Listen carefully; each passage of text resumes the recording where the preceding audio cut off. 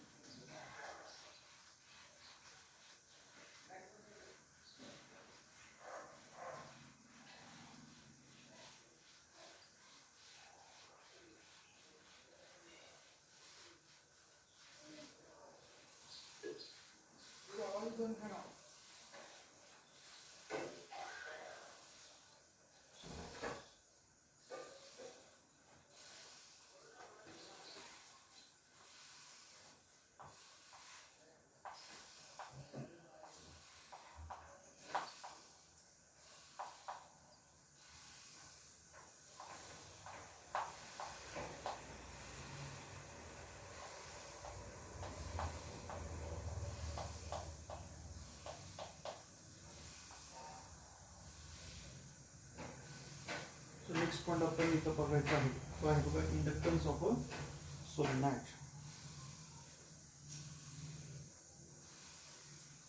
Inductance of a solenoid मध्ये काय, if a current I is established in the windings of a long solenoid, the inductance of a solenoid याच्यामध्ये समजा I इतका जर small हा current establish आपण केला in the windings turns of a long solenoid, the current produces a magnetic flux phi b.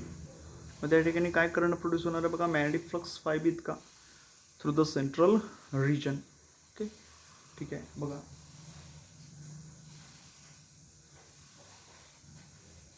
आपण first point म्हणू, if a current I is a current, किती आहे करंट, स्मॉल I इतका आहे. If a current I is established, if a current I is established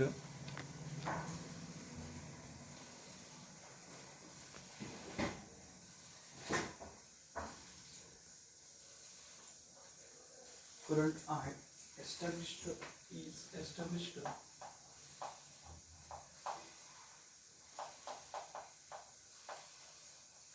if current I is established in the windings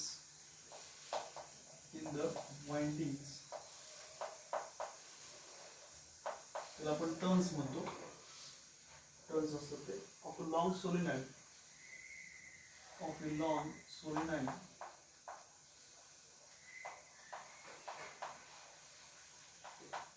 आता solenoid म्हणजे माहिती आहे, समजा आता हे एखादं मटेरियल आहे आणि याला जर मी समजा काय केलं असेल, वायर माउंट केली असेल किंवा वायर गुंडळलेली असेल, समजा हे मटेरियल आणि याला मी काय करतोय, अशी वायर गुंडळतोय, इकडून करंट दिला तर याला आपण काय म्हणतो, सोलेनॉइड म्हणतो. म्हणजे ज्याला वाइंडिंग एखाद्या मटेरियल आपण वायर गुंडळलेले आहेत त्याला सोलेनॉइड म्हणतो. Okay, so if current I established in the windings of long solenoid, the current produces a magnetic flux. The current काय होतं बघा, the current काय करतोय, produces magnetic flux. The current produces magnetic flux. And look at the magnetic flux current phi b. The current produces magnetic flux phi b through the central region. Through the central region. Okay, central region. Through the central region. So the inductance of the solenoid is given by. त्या ठिकाणी असणारी inductance बघा. So the inductance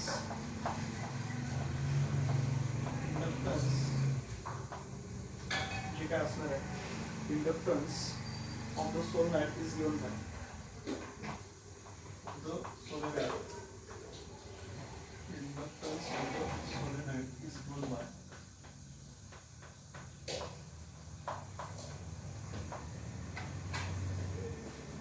L is equal to formula apply N phi B upon current I. So here n म्हणजेच काय, number of turns already आपण बघितलेलं आहे. N5B म्हणजेच काय, is called as magnetic flux linkage. N5B ला काय म्हणणार आपण, मॅग्नेटिक फ्लक्स लिंकेज असं म्हणणार आहे. For length L near the middle of the solenoid the flux linkage काय होणार आहे, NL into BA. Okay, so for length small l or length, the length किती आहे, small l किती आहे. For a length small l near the middle of the solenoid, near the middle,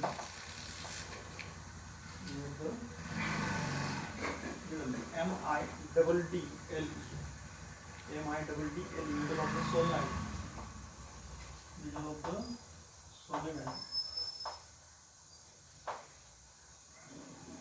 The flux linkage is, the flux linkage, काय असणार, flux linkage काय असणार आहे, N5B is equal to NL, N5B is equal to NL into B bar dot A bar. So it can be written as NLBA. नंतर आपण कसं लिहू शकतो का, NLBA. किंवा जर for theta is equal to असेल 0 डिग्री. तर N म्हणजे स्मॉल l म्हणजेच काय, number of turns per unit length, and B म्हणजेच magnetic field inside the, and A is the cross section area of that solenoid. So we know that magnetic field inside the solenoid is given by, तुला माहिती आहे. So we know that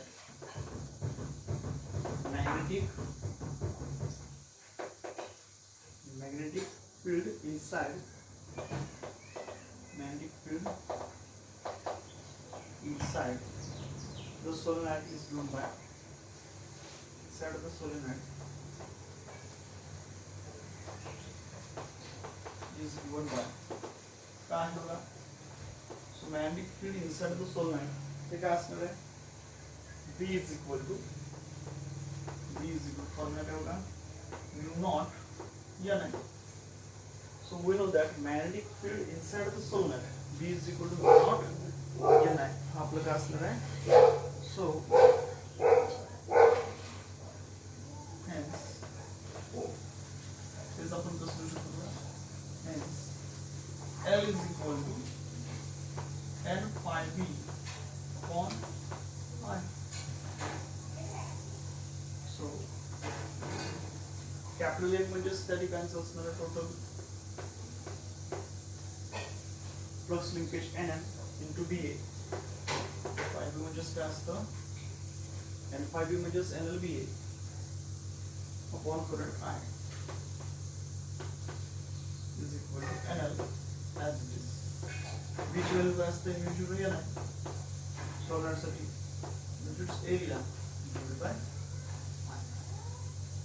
So या ठिकाणी I ला काय होतो, cancel होतो, त्यामुळे काय होता, L is equal to NL mu naught, हा N आहे, हा N आहे, N स्क्वेअर होणार. So mu naught N square L, mu naught N square L. Then A into L is the interior volume of that solenoid. So therefore inductance per unit length near the middle of a long solenoid is, ते आपण कसं लिहू शकतो बघा. So therefore inductance L म्हणजेच काय, is the interior volume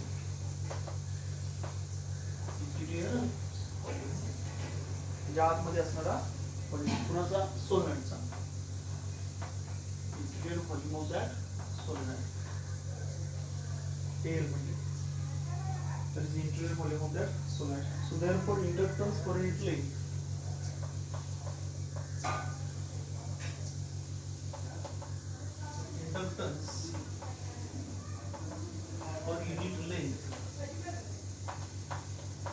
therefore inductance inductance per unit length near the middle of the long solenoid. Near the middle of long solenoid.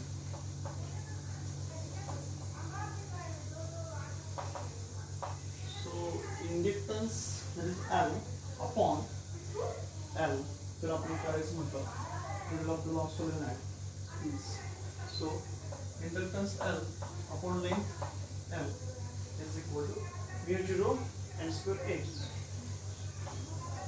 mu naught n square A. So याच्यामध्ये mu naught n square हा L जो आहे तो कुठे घेतला, आपण इकडे घेतला, म्हणजे इंडक्टन्स पर युनिट लेंथ असं म्हटलं. So mu 0 n square as it is, mu 0 n square आहे असं राहील, आणि एरिया त्या ठिकाणी असणार तो का असं तुला पाय r स्क्वेअर. r स्क्वेअरच्या ऐवजी आपण डायमीटर लिहिला म्हणजे ट्वाइस r लिहिलं तर 4r स्क्वेअर होणार, म्हणजे d स्क्वेअर अपॉन 4 ने त्याला डिवाइड करू. बघा एरिया असेल सोलनॉइडचा तर पाय r स्क्वेअर होणार. r स्क्वेअरच्या ऐवजी आपण काय समजा डायमीटरच्या फॉर्ममध्ये जर लिहायचं असेल तर ट्वाइस r लिहितो, मग काय होणार 4r स्क्वेअर, आणि डायमीटर आपल्याला नको असेल म्हणजेच त्याला 4 ने डिवाइड केलं, म्हणजेच ॲक्च्युली d स्क्वेअर बाय 4 म्हणजेच पाय r square. So d being the diameter of that solenoid. This implies that inductance of a solenoid L is directly proportional to n square, directly proportional to d square, and n is a number per unit length. A small n म्हणजेच काय आहे, number per unit length. So inductance can be written as a product of permeability constant mu naught and a quantity with the dimension of length. So this implies that mu naught can be expressed in Henry per meter. Okay, बरोबर आहे. So this implies that inductance of a solenoid L is directly proportional to n square, directly proportional to d square, and small n is a number per unit length. So inductance can be written as, so inductance आपण कसं लिहू शकतो बघा, so inductance can be written as a product of permeability constant mu naught and a quantity with the dimension of length. So this implies that mu naught can be expressed in Henry per meter. काय काय म्हटलेलं आहे ते आपण अनेकदा पाहू. Inductance of a solid.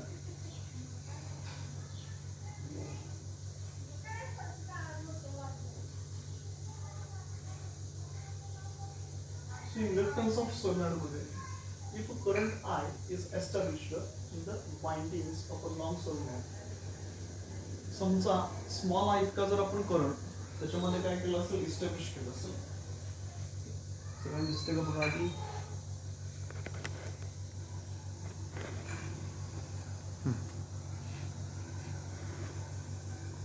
Okay.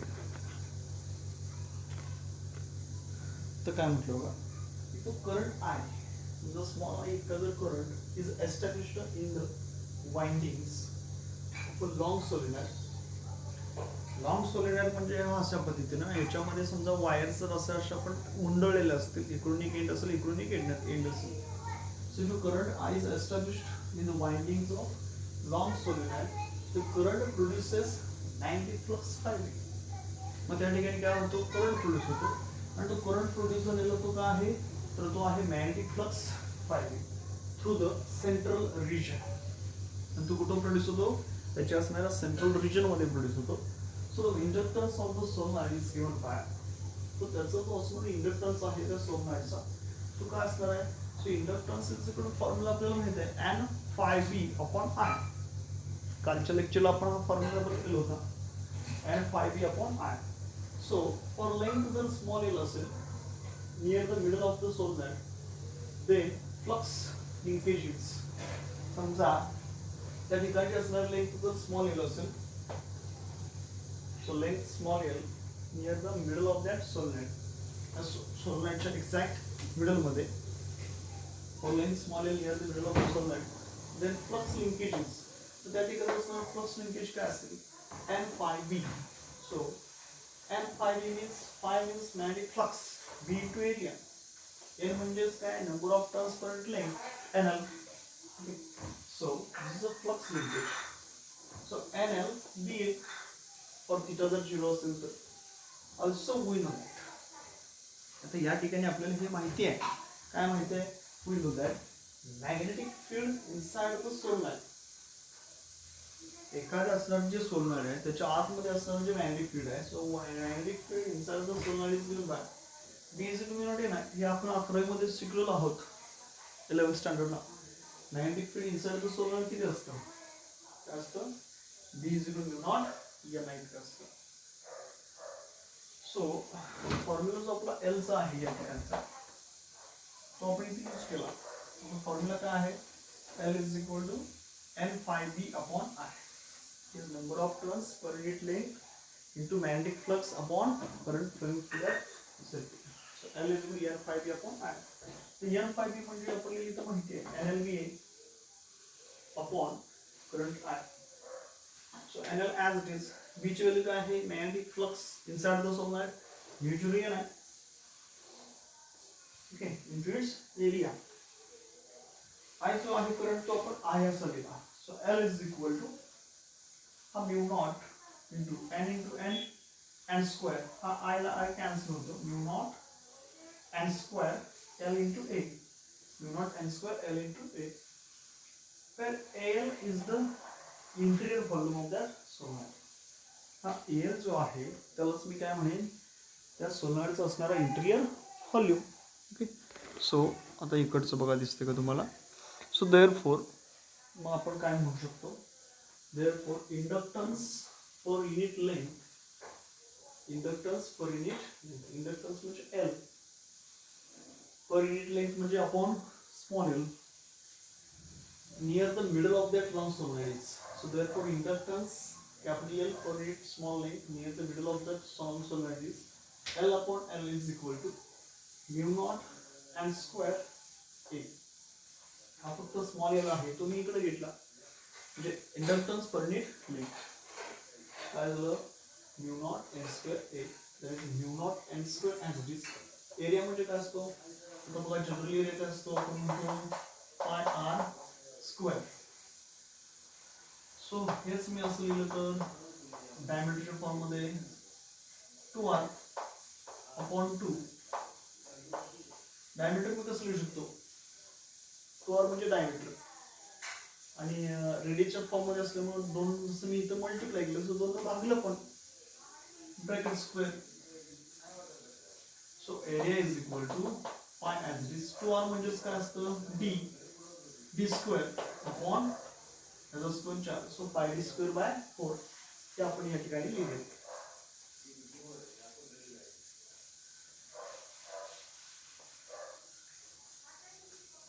मग काय झालं बघा आपलं?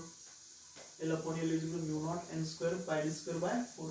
आता याचा अर्थ this self inductance is directly proportional to N square. This self inductance is directly proportional to d square. So this implies that the self inductance which is directly proportional to n square, directly proportional to आहे d square आहे. जर असं जर directly proportional जर असेल तर इथं काय म्हणू शकतो आपण? So this implies that inductance of a solenoid L is directly proportional to n square. Again, L is directly proportional to d square. आता या ठिकाणी स्मॉल n दिसतोय बरोबर आहे का? So as small n is a number per unit length, so inductance can be written as a product of permeability constant mu naught and a quantity with the dimensions of length. Okay, so this implies that mu naught can be expressed as Henry per meter. ते आपण कशामध्ये express करू शकतो? Henry पर metre मध्ये express करू शकतो. Okay,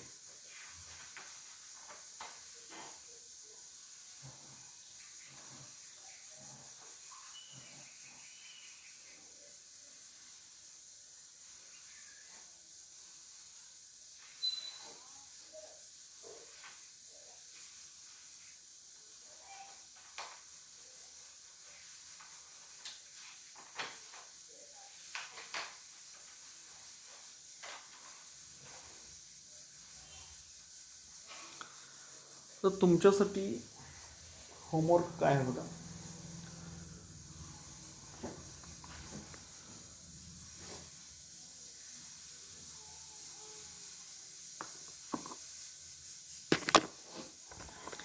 तर या ठिकाणी आपल्याला दरवाजा उघडा एक्झाम्पल 12.5 आहे. तर हे एक्झाम्पल 12.5 त्यानंतर नेक्स्ट एक्झाम्पल जे आपलं आहे ते दरवाजा उघडा. नेक्स्ट एक्झाम्पल, तर हे एक्झाम्पल तुम्ही सॉल्व करा. आता बऱ्यापैकी पहिले एक एक्झाम्पल यातलं आपण काय आहे ते पाहू. त्यानंतर याच्यानंतरचे 2 एक्झाम्पल तर तुम्ही सॉल्व करायचे आहेत. काय एक्झाम्पल म्हटलं बघा, derive an expression for self inductance. म्हणजे काय म्हटलं, derive an expression for the self inductance of a toroid. आता जसं आपण सोलनॉइड घेतलं तसं टोरॉइड म्हणजे गोलाकार वस्तू of a circular cross section of radius R. म्हणजे टोरॉइड आहे ज्याचा रेडियस आर आहे. Okay, circular cross section of radius R. So derive an expression for the self inductance of a toroid of circular cross section R and major radius capital R असेल. आणखी काय म्हटलं बघा, calculate the self inductance capital L of a toroid for major radius R बरोबर किती दिलं बघा 15 centimetre आणि cross section of toroid having radius 2 centimetre and the number of turns दिलेत बघा 1200. दरवाजा उघड. तर आधी आपल्याला magnetic field inside the toroid formula माहिती आहे, B is equal to mu 0 N I upon 2s/r. हे 11वीला झालेलं आहे. एन म्हणजेच number of turns, okay, and small R म्हणजेच काय असणार या ठिकाणचं distance from the toroid axis. तर as small R is less than capital R means capital R is greater than small R. So magnetic field in the cavity of toroid is uniform and can be written as काय असणार बघा, b is equal to mu 0 upon 2 pi ni upon r. So magnetic flux passing through the cavity is mu 0 2 pi ni upon r. त्याला फक्त आपण area घेणार ना. So this is the flux. हेच काय आहे त्याच्यामध्ये जाणारं फ्लक्स आहे. That links each turn. So when current I varies with time, the induced EMF E across the terminals of toroid is given by Faraday's law. आता Faraday's law आपल्याला माहिती आहे, E is equal to minus n∅/dt. Minus N as it is d∅/dt ची d/dt तसंच. आता फायची value काय आहे, mu naught NIR² upon 2s/r. So minus N तसाच mu 0 NR² upon 2s/r constant आहे di/dt. आणि हे जर आपण कम्पेअर केलं E is equal minus L di/dt ची, तर एलची व्हॅल्यू काय भेटते बघा. तर काय भेटते एलची value, mu 0 n² r² upon 2s/r. So हा फॉर्म्युला आपण यूज करणार आहोत. त्याच्यामध्ये त्याच्या व्हॅल्यूज पुटअप करा आणि आपल्याला रिस्पेक्टिव्ह आन्सर मिळेल. कारण काय म्हटलं होतं, derive an expression for the self inductance of a toroid. म्हणजे सेल्फ इंडक्टन्सचं एक्सप्रेशन म्हणजे एलची व्हॅल्यू विचारलेली होती. Okay, derive expression for self inductance of toroid of a circular cross sections of radius small R असेल, मेजर रेडियस त्याची capital R असेल. आणि काय म्हटलं, calculate self inductance of a toroid for major radius R is equal to 15 centimetre, cross section of toroid having radius 2 centimetre and number of turns 1200. So त्याच्या values आपल्या इथं put up केल्या तर ॲन्सर मिळतं. जनरली आपल्याला मॅग्नेटिक फील्ड किती असतं टोरॉइडमध्ये ते फॉर्म्युला माहिती पाहिजे. B is equal to mu 0 ni upon 2 pi r. N म्हणजे नंबर ऑफ टर्न्स. आता स्मॉल आर म्हणजे distance from the toroid axis. So as small R हा कॅपिटल आरपेक्षा खूपच लहान आहे. So magnetic field B in the cavity of toroid is uniform and can be written as, ते काय असणार बघा, बी इज इक्वल टू काय फॉर्म्युला असणार, mu 0 ni upon 2 pi r. जसं हे काय होईल, B is equal to mu 0 ni upon 2 pi capital R. तिथं स्मॉल आर होता आणि इथं काय येणार आहे, कॅपिटल आर येणार आहे. So magnetic flux phi passing through the cavity म्हणजेच त्याचा एरिया काय असणार आहे, सर्क्युलर टोरॉइडचा πr². So phi is equal to B into area. B into area.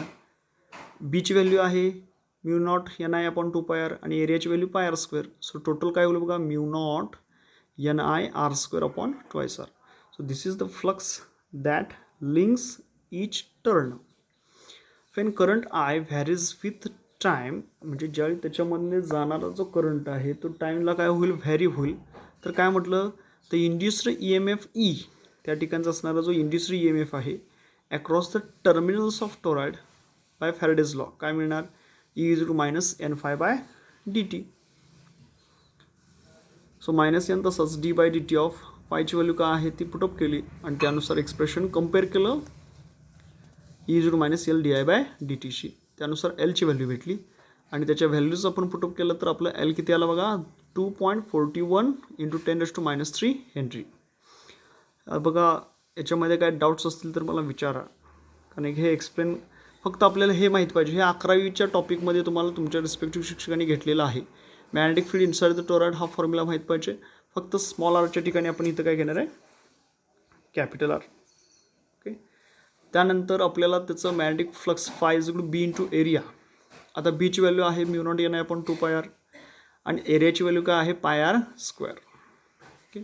त्यानंतर आपल्याला फॅरेडेजचा लॉ माहिती आहे E=-n∅/dt. आता -n तसंच राहील, d/dt ऑफ आता काय आहे बघा, फायची value n0 ni square mu naught ni r square upon 2r. सो याच्यामध्ये -n तसंच ठेवला जो आउटसाईड आहे आणि mu naught nr square upon 2r di/dt. हे फक्त आपण याच्याशी कम्पेअर केलं आणि हा असणार रिस्पेक्टिव्ह फॉर्म्युला आपण यूज करून सोडवला. ओके. आता सेम एक्झाम्पल दिलेलं आहे 12.6 आणि नेक्स्ट एक्झाम्पल आपलं किती आहे बघा 12.7. हे दोन्ही एक्झाम्पल आपण काय करायचे, तुम्ही सॉल्व करायचे. मी आता नेक्स्ट पॉईंट पुढचा इथं डिस्कस करणार आहे.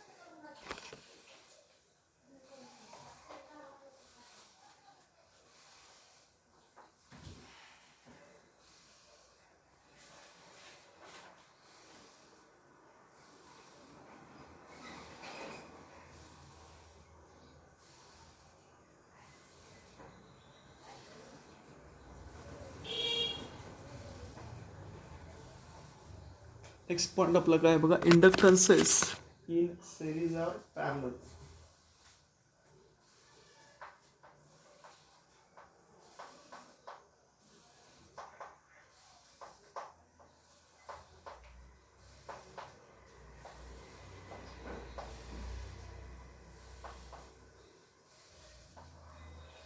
Inductances in series or parallel आपल्याला नेक्स्ट पॉईंट पुढचा बघायचा आहे. तुम्ही एक्झाम्पल मी सांगितले तुम्हाला किती सोडवायचे आहेत, एक्झाम्पल 12.6 आणि एक्झाम्पल 12.7. आता inductance in series or parallel. आता लक्षात घ्या, सेव्हरल इंडक्टन्सेस असतील, they are connected in series or parallel, then total inductance is determined by easy such that L total म्हणजे खूप इंडक्टन्सेस आहेत ते सिरीज आणि पॅरलल कॉम्बिनेशनमध्ये जोडले असतील. If several inductances are connected in series or parallel then total inductance is determined by using the following relation. So L total is equal to L1 plus L2 plus L3 plus त्याला आपण काय म्हणणार आहे, series combination.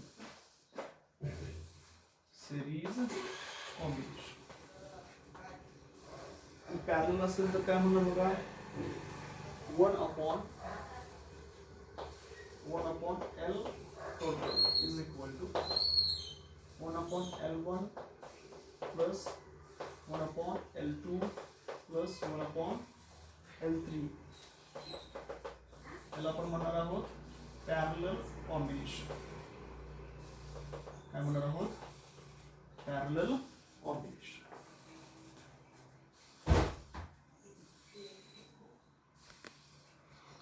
तर series combination जर असेल तर सगळ्या इंडक्टन्सची आपण इथं काय घेतोय, बेरीज समेशन. आणि जर पॅरलल कॉम्बिनेशन असेल तर त्याचं आपण रेसिप्रोकल घेतो.